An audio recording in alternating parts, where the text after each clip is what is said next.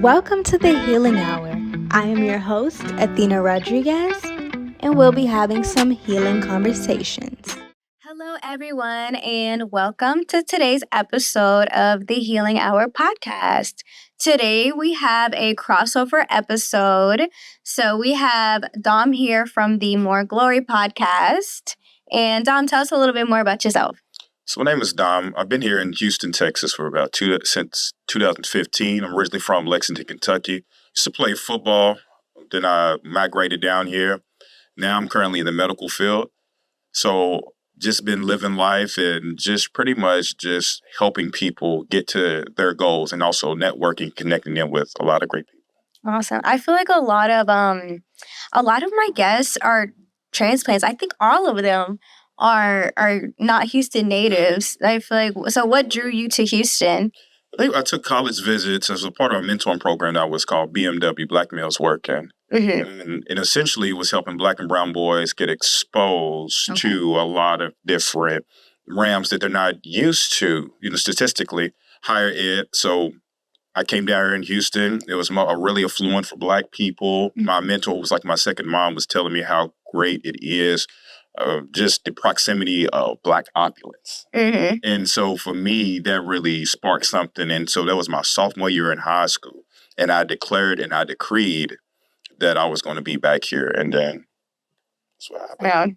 Yeah, that's great. I definitely feel like that's what drew me to Houston as well. It's like I wanted to be somewhere where I knew Black people were doing like really well. And I feel like Houston has the best economy right now.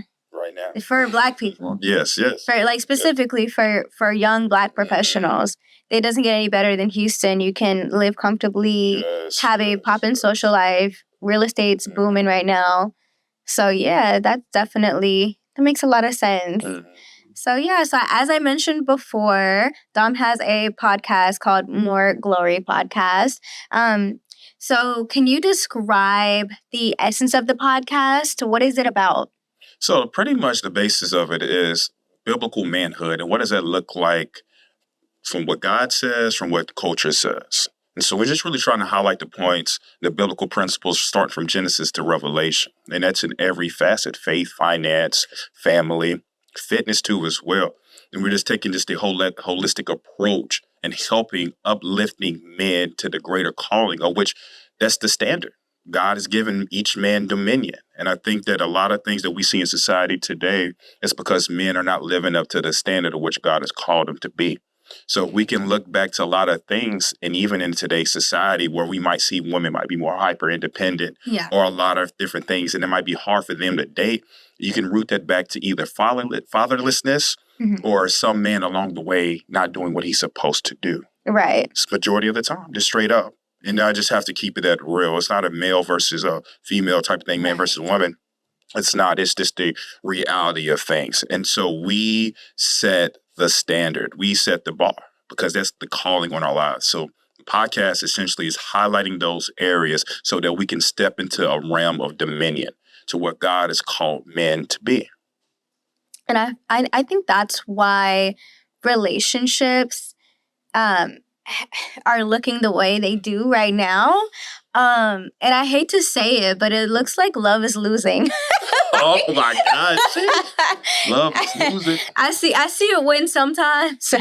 But it overall, like just from, speaking to, a lot of, the women I know, and, they're all very like, forward in their careers. They're all very independent, all very beautiful, all it is. And the only puzzle piece that hasn't clicked yet is the dating. And I think it's, you touched on, being Christ-led. And I literally think it's the absence of, Christ in dating that is causing us to lose in love. I think love is losing and lust is winning. Yes. I think we traded love for transaction. So everything's transactional now these ways. I think women or people naturally compensate for some reason. Yeah. So if there is a shortage of men not doing what they need to do, or we're not talking about the physical or what you're attracted to, we're talking about the basis. Oh, okay, this is what I need,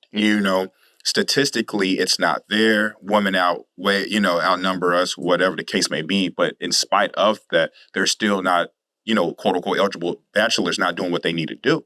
So women have to okay, I'm gonna get this degree. I'm gonna focus on more on my career. I'm gonna do on me.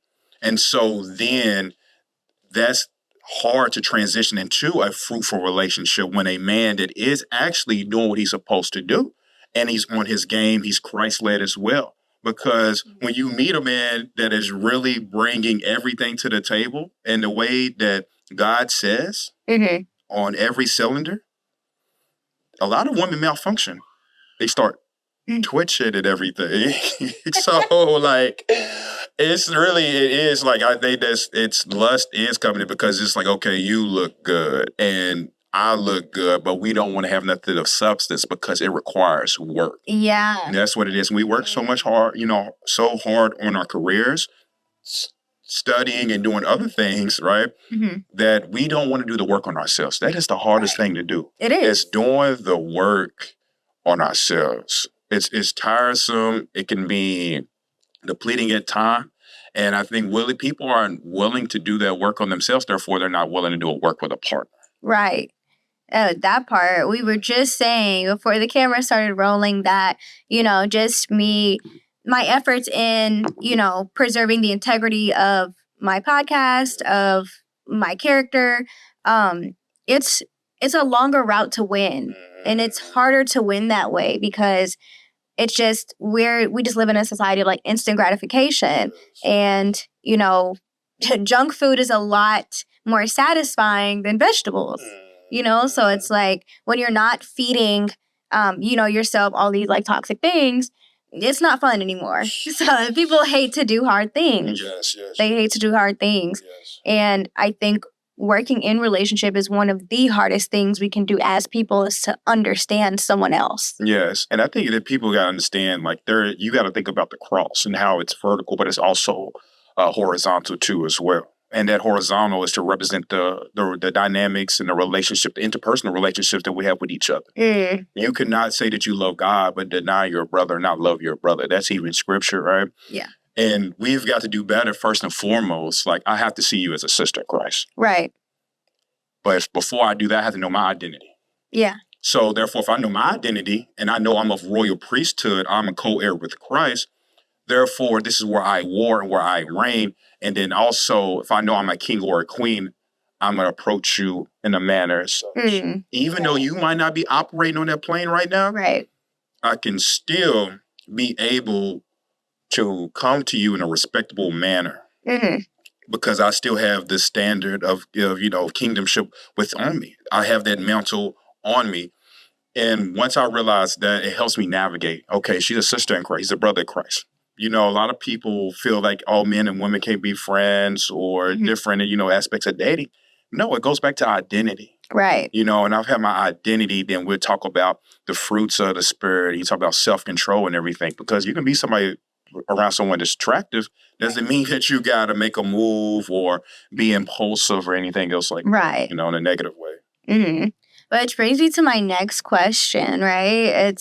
I know we talked about, in order to have healthy relationships, we have to work on ourselves. So given that, is it more important that we seek purpose before partnership, or is it possible to work on our purpose while still in partnership? I think it could be both. It's just, honestly, it could be to where God has called you to be. I think that you do have partnerships, and we're not just even just talk about dating. Right. It's about people that come along and they partner with you in what God is doing to take you to the next level, right? So we talk about people in the Bible. If you talk about the prophet Samuel and how Samuel anointed Saul, and then also Samuel also raised up King David.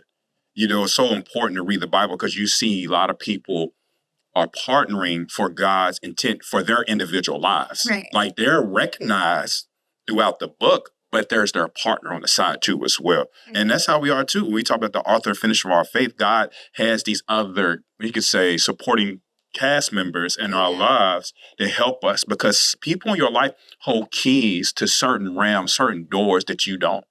And we have to be a place of humility to understand it. Like, this person might know more than me. This person you got it together a little more. And that's a place of humility and also submission to where, okay, even for a man, it's like I had to learn that I'd be submissive to another man. And that's and it's saying in the form of leadership and humility and understanding that's what God has called us to be. It's for my next level of leadership.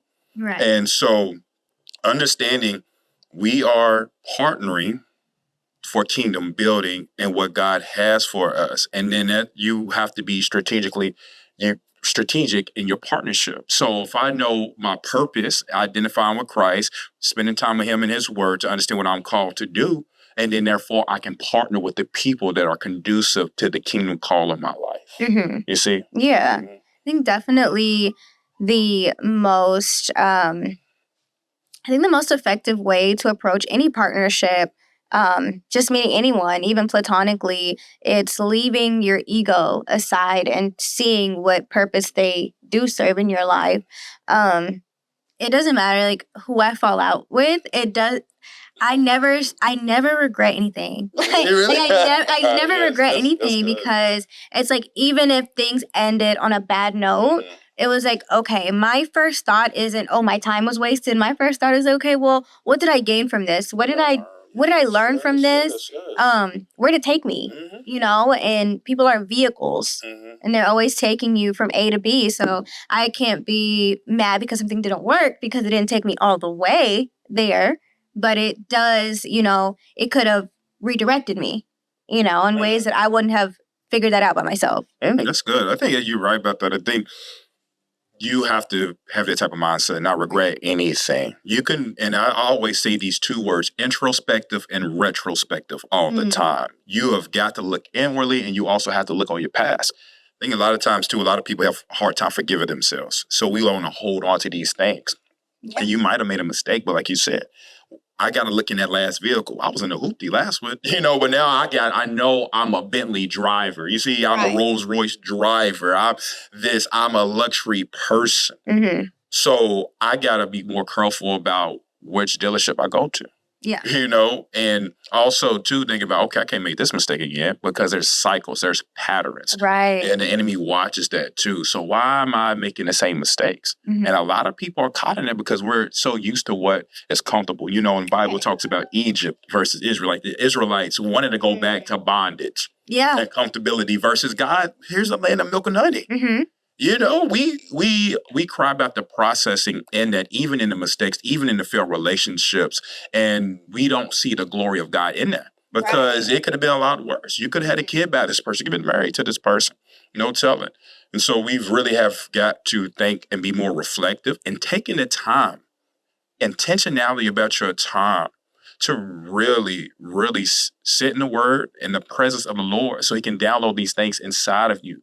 So you can release and you could understand like there were a lot of lessons that were learned on the way, to help benefit me. Whether, like you said, good or bad, it's still learned, lesson learned. And redirection is that's a tough one for me is not seeing redirection as failure and actually seeing it as realignment instead of failure. Because I am guilty of holding on. Okay. Like let it go. Literally, I'm very strong-willed. I'm very hard-headed.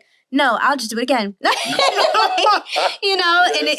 And I've literally bumped my head into concussion before doing this. And I have to remind myself of the story in the Bible. Like, okay, if God tells me if you turn around, we'll turn into a pillar of salt.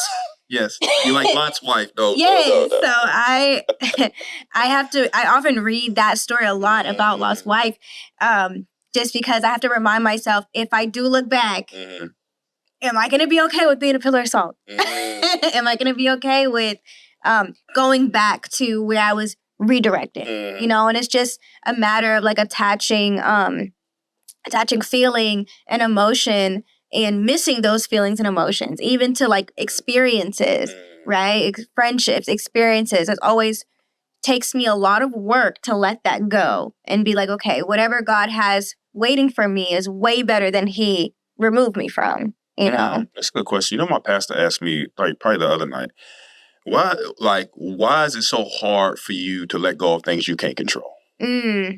And we have to think about that. And this is a point of vulnerability for me. Like, I've been through a lot of things growing up. You know, I had told them, and I don't mind sharing this at all, I was sexually abused from the time I was 8 to 13. So you think as a child, you don't have any control. You know, I've been through a lot of traumatic things. I grew up in abject poverty, abuse, a lot of different stuff that happened, right? And so now I'm older, I have control. Right. You know, so now I know my non-negotiables. Like, you know, I'm very big on respect and honor because I didn't get that growing up. Yeah. You know, I'm big on showing love and helping others because I didn't get that growing up.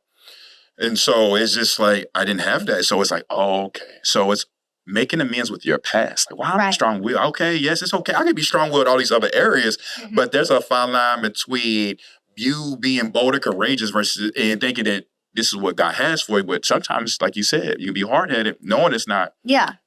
Obedience versus disobedience. And it's rebellion. And then disobedience sits us back. It is no longer in that vehicle.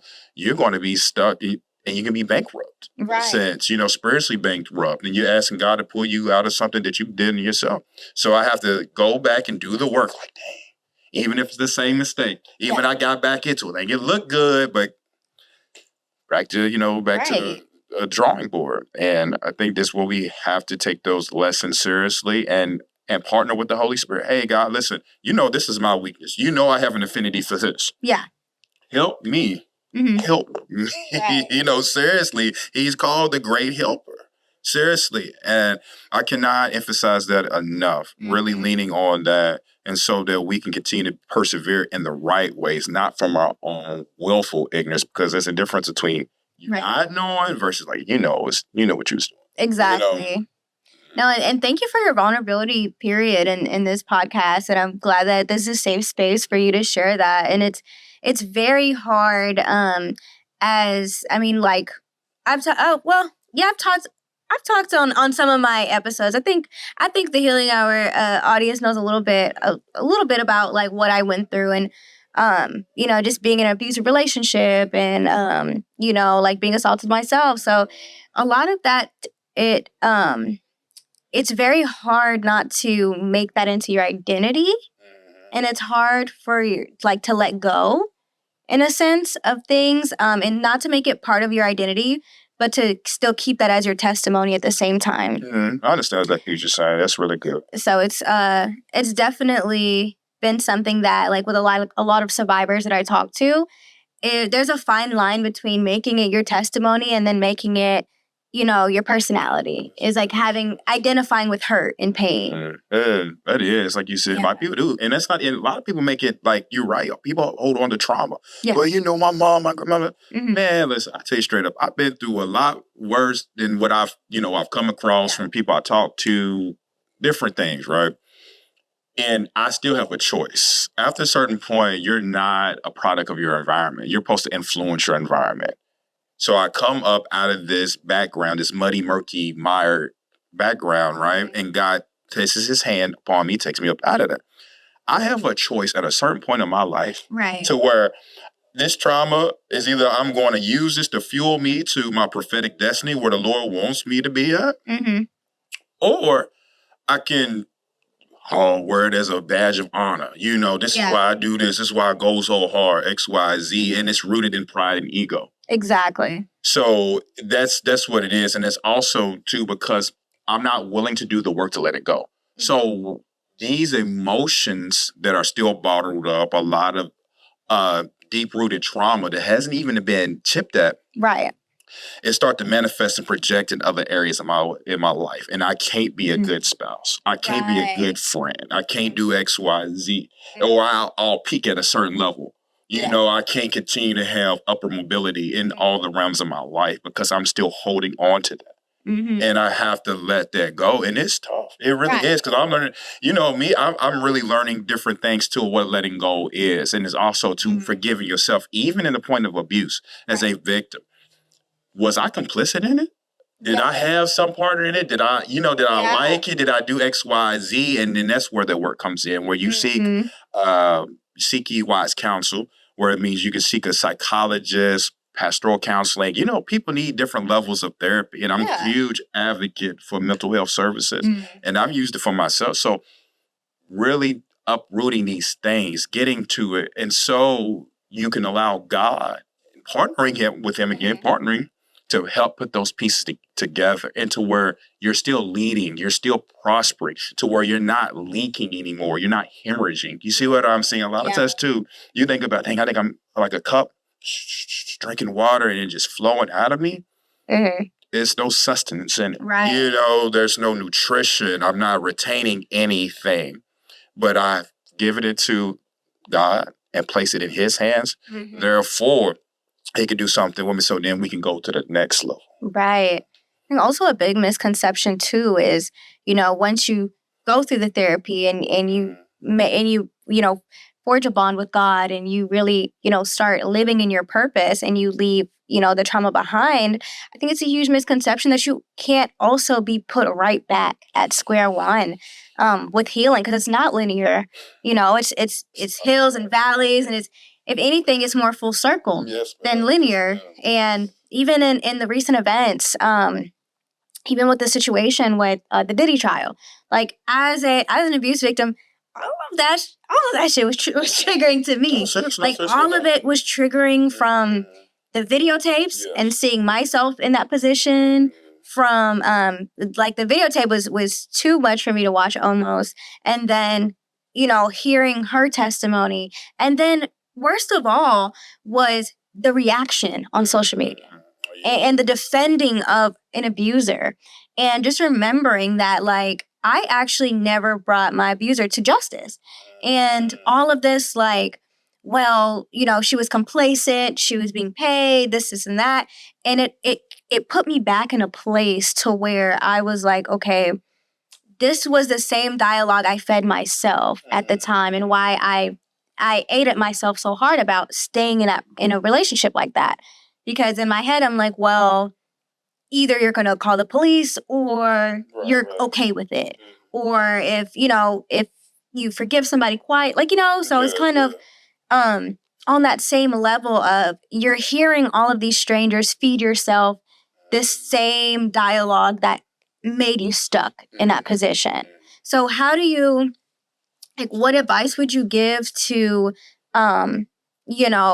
get yourself out of that triggered space?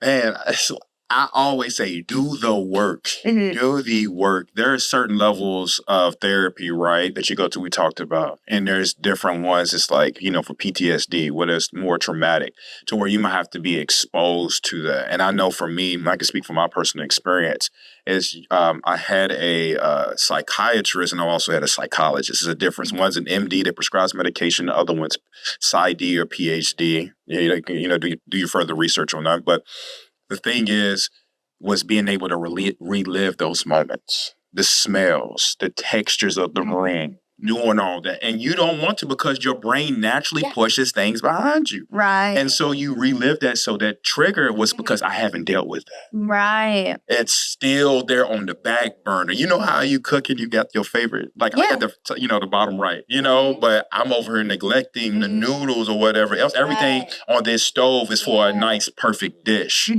And me not focusing on that or doing, spending enough time with the right ingredients, it can ruin it. It won't taste as good.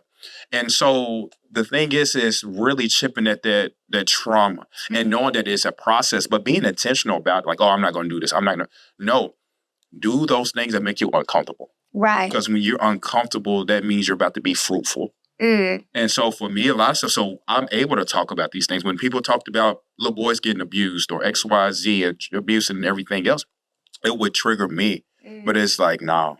You got a testimony, like you said, and even this attribute to what you're doing now, you do a lot of empowerment for women, doing different stuff.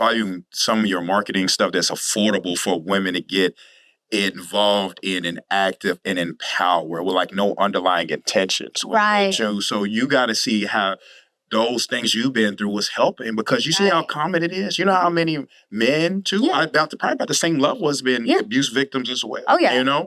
And so we have to be more transparent and honest, but that comes with us doing that work so you get more comfortable with that testimony. And that helps set other people free. And there's also a stigma you know, when it comes to men, you know, coming out about abuse. There's a stigma.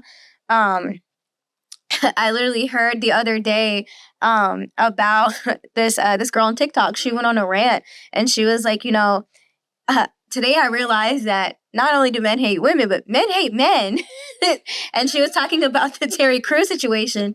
And she was like, Terry Crews really had a vulnerable moment and came out about a time he, you know, he was sexually assaulted. And all of these men, you know, like made a mockery of him. So it was like, how do we fix that? Like, how do we take these stigmas away? Where does it start? Where do we start to solve that issue to where people can actually come out and out these abusers and actually get the help they need? I think the main thing is how society is, because you notice when a serious moment happens, you see how some people laugh. Yeah. It's a maturity issue. Right. And it's also, too, because these topics are taboo. You hear about women all the time. You hear about the feminist movement, the womanist movement. You hear it talking about Me Too. All these things, which are, you know, puts all these offenses that a lot of women have gone through on, you know, major platforms, which is necessary, right? The thing is, with men, it's a taboo topic. Like mental health is just now, you know, being able to emote well, showing emotions is just now becoming a new thing. And I believe stuff are more trendy, you know, and then also, too, men, we're always told to just suck it up.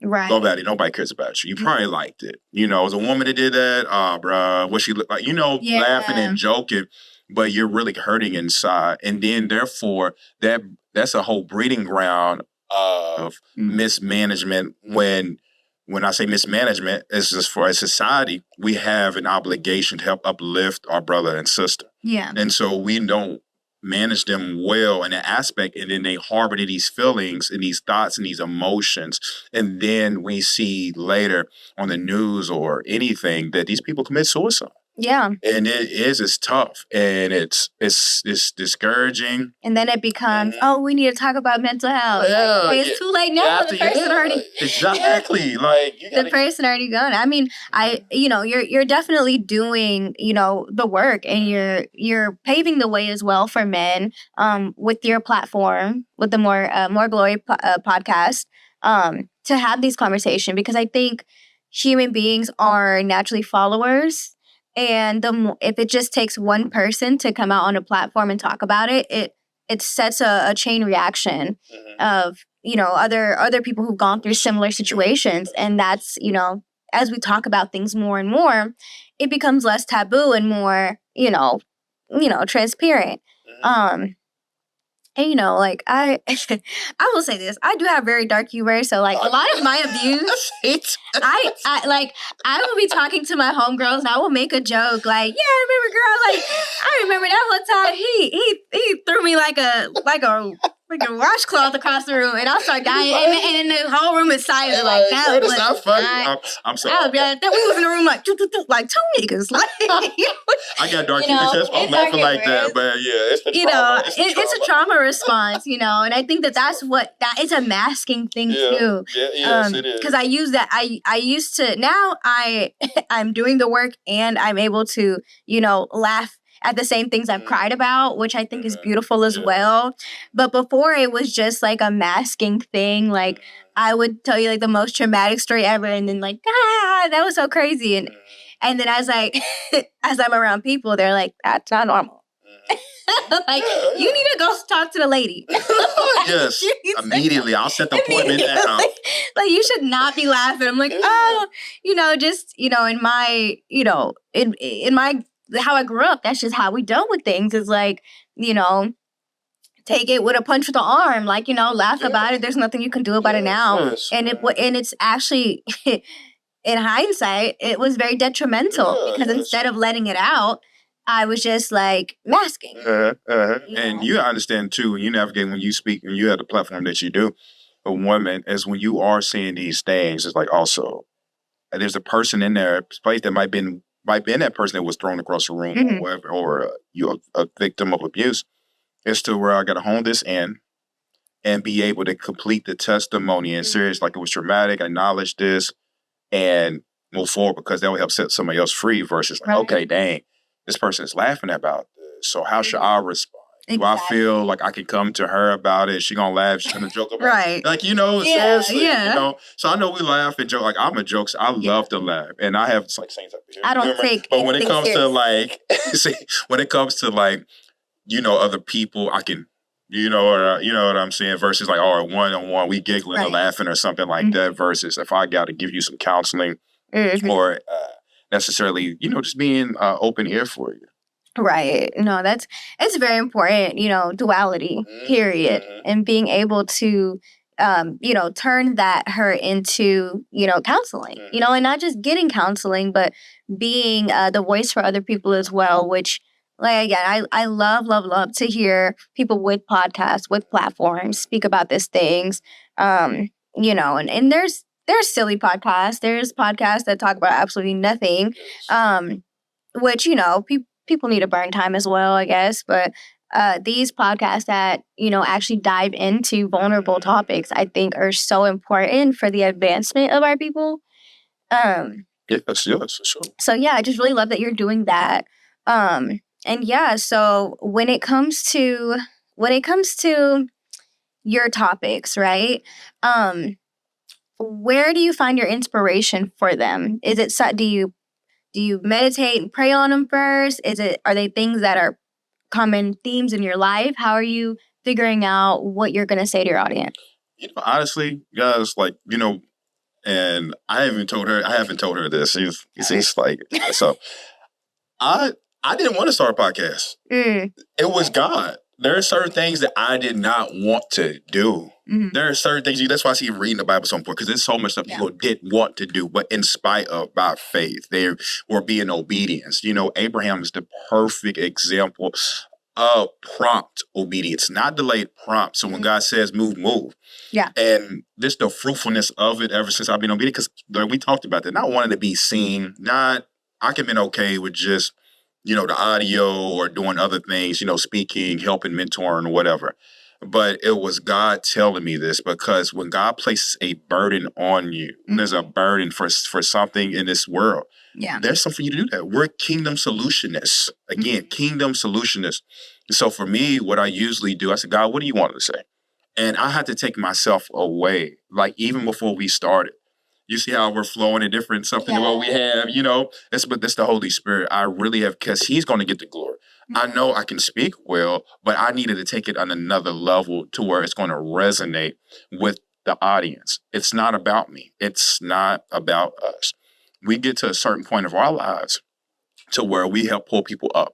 And we go back and help set people free, whether it's a person of abuse, whether somebody's been in drugs, sexually assaulted, whatever the case may be. And so for me, it's really like, God, what you want me to say? I'll literally talk to him like that. God, what you want me to say? What you want me to do? And then I'll do an outline, I'll write something. I can't stand writing. So it's pushing me outside of my comfort zone. Yeah. And then I'm giving myself as a vessel so he can flow through me. Because sometimes I'll be in autopilot. Yeah. When you're in autopilot with the Holy Spirit, right, it resonates more. So that's my process. Yeah, you definitely have to be in a state of receiving as well. That's good. State of receiving, yes. And yeah, the healing hour as well came to me as a random thought, and you have to really think about those random seeds, that God plants in your brain. Those like downloads that he sends down here. Because another, like I started to get more like into being visible just on social media within like the last few years. Yeah. Like I think the 2019 or 2020 and below, it was like, it felt like a humiliation ritual, posting anything, like posting anything was just like, oh, this is so embarrassing. Like even posting selfies was like, let me post and delete. And which I still kind of struggle with now is like, I'll do the 24-hour like story thing. But when it comes to on my page, I'm having to bring myself out of my comfort zone and actually like post things and actually speak, because that's a whole different thing. So it's like, it's one thing to be seen and it's another thing to be heard. So I think, especially as abuse victims, it's easy to get your voice stifled, and to think that nobody is going to really care if you have something to say or not.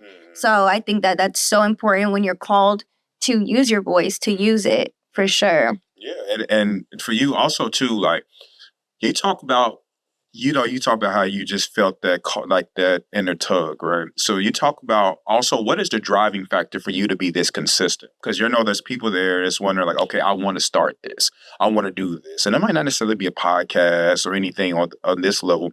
It could be a business, it could be anything else. So what advice would you give someone that's really trying, and then also too, again, the continuity, like you are consistent, like you have content. You see what I'm saying? Most people start something, they don't finish, but you are really doing your thing. So what are some things that you can? Well, in the beginning, how I was talking about being hard-headed. So sometimes that saves me. Sometimes, like oftentimes I just get smashed in the head. But, being tenacious pays off. And so with my first season, I always say the first season I was literally just like a one-woman show where like you can hear the chairs creaking. I was literally borrowing, shout out to Alana, I was borrowing my homegirl's camera. And figuring out how to use the switchboard of the office that I was working. So I would just like I had to turn into a tech person. I knew nothing. I'm still not big techie. Right. So it was like, I knew that I had to just get it out. So after the first season, I was okay, this is not really, it didn't look clean. It didn't look aesthetic. It didn't look polished. But what it did look is like, okay, it was the stories. So it was the content of the stories. Once I started, and another thing too, I was like, who's going to want to come on my show? And the fear of embarrassment of starting a podcast and failing also held me back for some time before really following through. And when I did my one episode, all of these import of people who had stories to tell. And it's,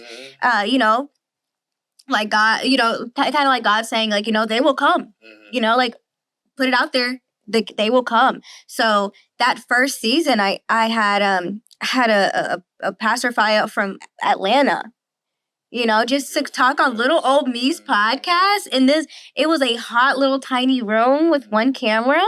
And that was what motivated me, was when I see what it did to other people and how therapeutic it was for them to get their stories out. So that was like, okay, I have to keep doing this, not for me, but, somebody needs to hear this and it's therapeutic. And then came season 2. I was blessed to have a little bit more traction, have a little bit more disposable income as well, and I just invested in the studio. You invested in yourself. Yes. And shout out to OM2H. Shout out everybody, right? Shout out to them. They helped me turn my vision into reality. So season 2, I seen the progression, right? So it went from having not great lighting, grainy, very terrible audio, to now I'm actually, God gave me the resources to reinvest. And so season 2, visuals were on point, my guests were just expanding. Now I'm at a place to where I'm trying to figure out how I'm going to get my out of town people that want to be on the show, like figuring out how that looks like. So I think it's just constantly trying to, seeing where you came from, and starting all this. Because it would have been easy for me to see that, okay, 2 views on YouTube, all right, maybe podcasting isn't for me. Not to say I have crazy views now, but, just seeing 10 views more than I did last episode is enough to put me in that zone. Like, okay, if I got 10 more people, okay, boom, I could have 10 more people, and just growing like that. So, yeah, just being straight up stubborn with your goals, and it's a gift and a curse at the same time, because like I said, I feel like you make a lot of great points, because it's like you see how her concerns pretty much like transition from, oh, what if this, then the third, but when you actually got into the mode, it was different. It's about how can I get these people here? Exactly. It's that obedience we talk about, because when God's hand is on it, the provision is there. It's going to provide these things as long as we're moving forward. It's not necessarily the how it's going to get done. It's the trusting. It's the process of that too. And it reveals more about yourself. Like, oh, I can do this. Like you say, I'm not tech savvy at all, guys. I don't know how to work Microsoft Excel. I'm still learning how to turn my laptop on the right way. I'm sure. But the thing is you doing this work, and therefore she's educating me on things, right? And so it's good because there are certain people like our predecessors, a lot of different things. Like I said, again, in the Bible, that showed us a way or done these things in a way, and then therefore it can relate it to us too as well. So what you're doing is allowing and empowering people, and it's not always about views for the greater calling. And that's how I feel about my podcast too. It ain't about who's gonna see this.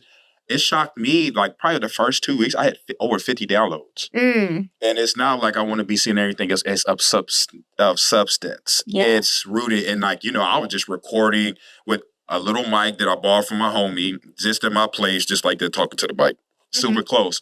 And there was this man, one of my homies like, I listened to it 4 times. Thank you for that, da, da, da. So now it's gradually going to get better. It's going to be a, continuity and partnering with great people. Yeah. Yeah. And honestly, the hardest part isn't even getting started. It's being in the waiting room. And I feel like I'm still currently in that waiting room. Like I know this is not the biggest that God's going to put my platform. I know there's a bigger pedestal for me, but it's just, being happy with 50 views, then being happy with 200 views, then, just being grateful in every stage of this process. So yes, I want to thank you again so much. And then if you just tell the audience like where to find, your content. Yeah. Yeah, well, you can follow me on Instagram, Domino D3, DOMINO D3, and you'll see in my biography, you'll see the More Glory podcast. And you can find me on every platform, YouTube, Spotify, iHeart, Amazon Prime, all the platforms. And we'll have a second episode. It's titled The Weight of the Crown, talking about brokenness and how to rebound from that, be redirected on faith. And I think you guys want to tune in for that. And yeah, sounds great. Well, thank you so much again. And thank y'all for tuning in. That was today's episode of the Healing Hour podcast. Bye.